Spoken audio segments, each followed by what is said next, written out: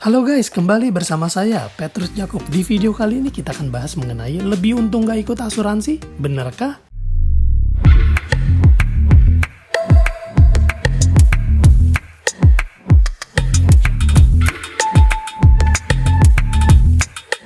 Buat kalian yang belum ikut asuransi dan lagi galau mikir-mikir ikut asuransi apa enggak ya? Nah, kayak gambar berikut ini nih, ada palang, lalu ada tanda ke kiri sama ke kanan.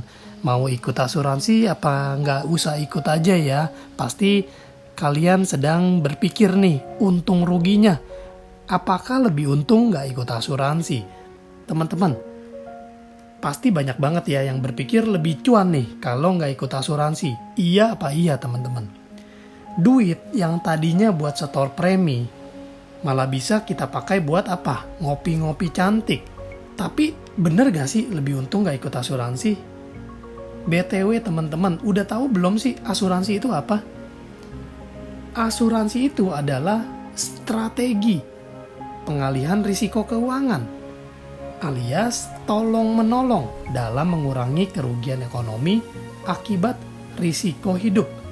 Jadi udah jelas banget nih teman-teman, kalau asuransi itu bukanlah tempat untuk cari untung.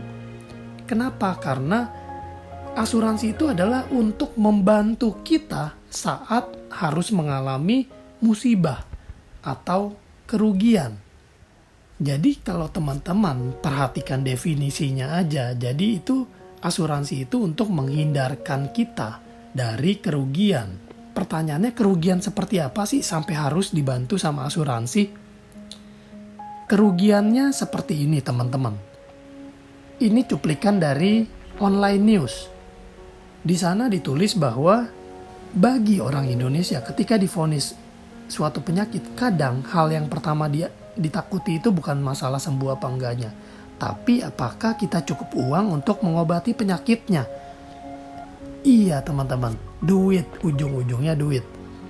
Nah, ini juga bukan rahasia lagi bahwa banyak sekali orang yang hartanya harus terkuras, bahkan hingga jual rumah buat pengobatan. Karena namanya sakit itu pasti semuanya mau sembuh, dan untuk pengobatan itu biayanya macam-macam. Ada yang mahal sampai mahal banget. Bahkan Denada pun harus menjual rumahnya demi pengobatan anaknya. Nah, ini bukan rahasia lagi. Ini adalah contoh yang terekspos karena dia adalah public figure, bukan orang biasa. Jadi di balik semuanya itu sebenarnya banyak sekali orang biasa yang kejadian juga tapi tidak terekspos. Nah, ini contohnya lagi teman-teman. Kerugian seperti inilah yang dihindari.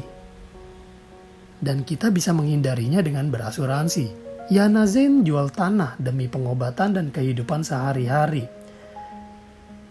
Kini Yana Zain terbaring lemah di rumah sakit dan berusaha tetap tegar di hadapan dua dan sebagainya. Teman-teman ini bisa melihat sendiri, mencari sendiri di Google. Teman-teman, orang itu paling berat berpisah sama uangnya, bener gak? Ya kayak kita aja nih lagi nimbang-nimbang asuransi. Kita mau kasih uang kecil kita ke asuransi, kita mikir. Tapi teman-teman bayangin deh, kalau besok segala sesuatu yang kita usahakan saat ini hilang alias berpindah tangan, itu lebih nyesek gak sih? Misalnya kita udah kumpulin tabungan 100 juta. Lalu seketika itu juga ada vonis yang mengatakan harus melakukan operasi bla bla bla dan biayanya 200 juta. Seketika itu juga tabungan kita hilang. Yang tadinya kita merasa rugi keluar bayar premi, kita harus hilang uang semuanya. Lebih nyesek apa enggak sih teman-teman? Nah, di sini saya mau kasih penjelasan, mau kasih edukasi. Saya nggak akan berhenti mengedukasi teman-teman supaya bisa menyelamatkan lebih banyak orang lagi. Yuk kita melakukan strategi. Resiko hidup itu dekat banget sama kita loh teman-teman. Kenapa? Karena nggak ngelihat usia, nggak nunggu kita kaya juga. Makanya kita perlu nyiapin strategi, siapin uang besar, waktu cepat, dan bukan utang. Strategi ini cuman asuransi yang bisa teman-teman. Kenapa? Karena terlalu berat nanggung sendirian. Kalau bisa kita tanggung ramai-ramai, kenapa harus sendirian? Bagaimana menurut pendapat teman-teman? Comments below. Semoga edukasi ini bisa membantu kita semua dan bisa membantu menyelamatkan banyak orang. Share ke teman-teman kita, share ke keluarga kita jika menurut teman-teman ini bermanfaat. Sampai jumpa di video lainnya. Saya Petrus Jakob. Tuhan memberkati.